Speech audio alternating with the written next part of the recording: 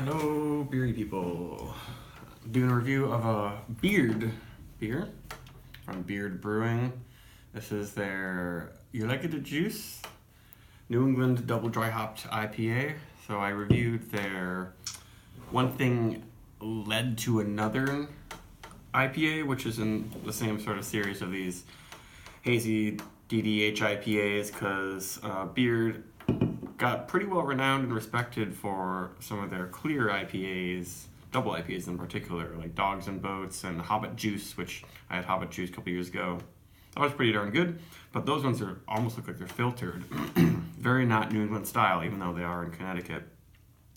But this one is hazy, but I've been kind of following some of their hazy IPAs on Untappd. It seems like sometimes they're not hazy at all, really. Sometimes they're really hazy.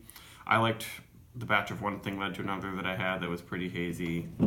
So let's try this one. It's 7% alcohol.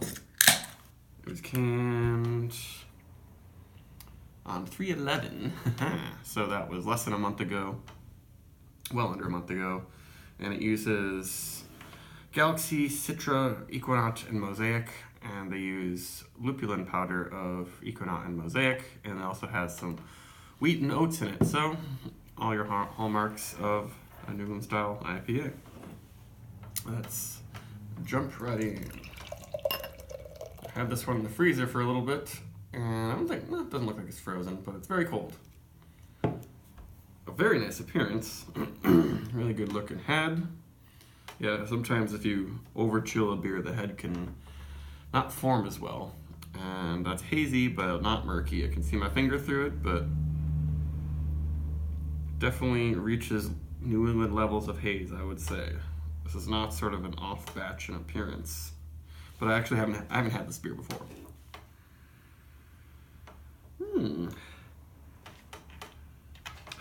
I like that.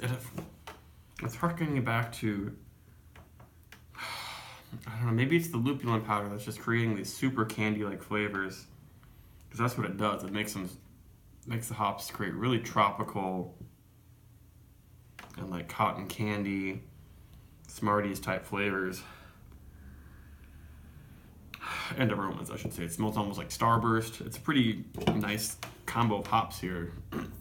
It's all the sexy ones. My cat is trying to ruin my review. And the head's still sticking around. Yeah, it's definitely got that juicy fruit, really fresh squeezed sweet orange from the Citra. But I feel like almost it might smell like Lost and Sip of Sunshine a little bit, maybe. There's something to it that reminds me of something that I haven't had in a while, but let's just do it.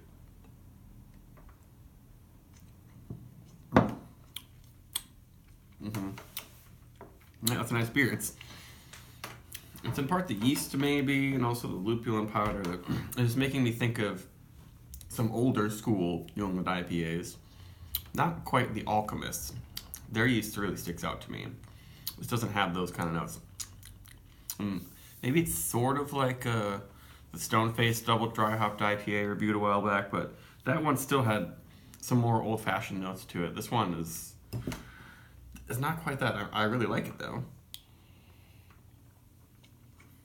It's got, maybe it's the combination of like the Equinox and the Mosaic has this unique mild dankness.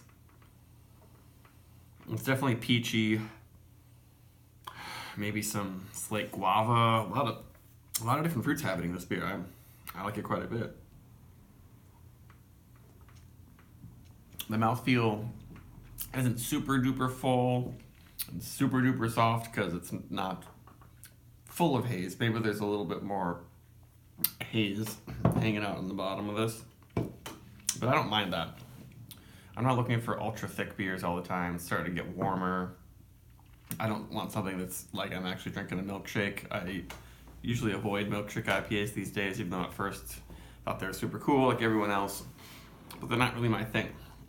But this is a really super duper fruity, like hitting all these tropical and citrus notes in this beer.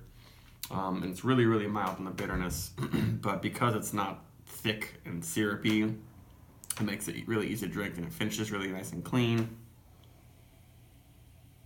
And the nose is just, it's not oxidized note, but it's,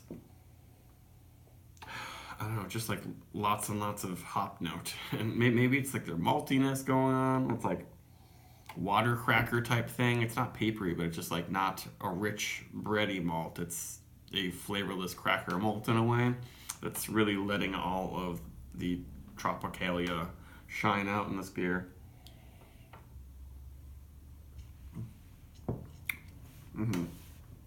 Really palatable, really easy to going down. I guess it is super cold, but the temperature isn't preventing all these flavors from coming out. This is good, definitely good summertime double dry hopped hazy IPA because it's got all the tropical cocktail sort of flavors you want, but not very sweet.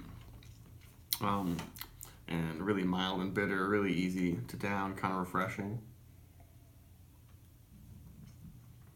Mm-hmm. But there is something more old-fashioned about it. I almost would have guessed there's, I don't know, Cascade or some older school hop in this, but no, this is all new school stuff. But I think it's a pretty good beer, and it stands out definitely among New England IPAs. Maybe they use their regular old clean fermenting yeast for this one or something, but I don't know.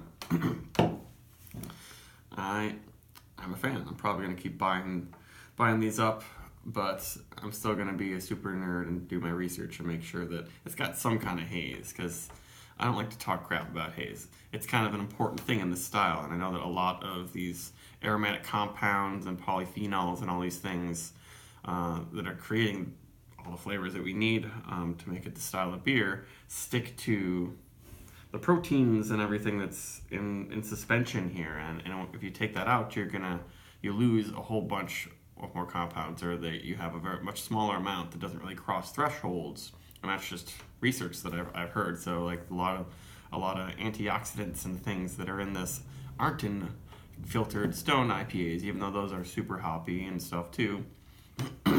So it's kind of necessary to really make the full flavor and pop in these beers. So I give this at least a 4.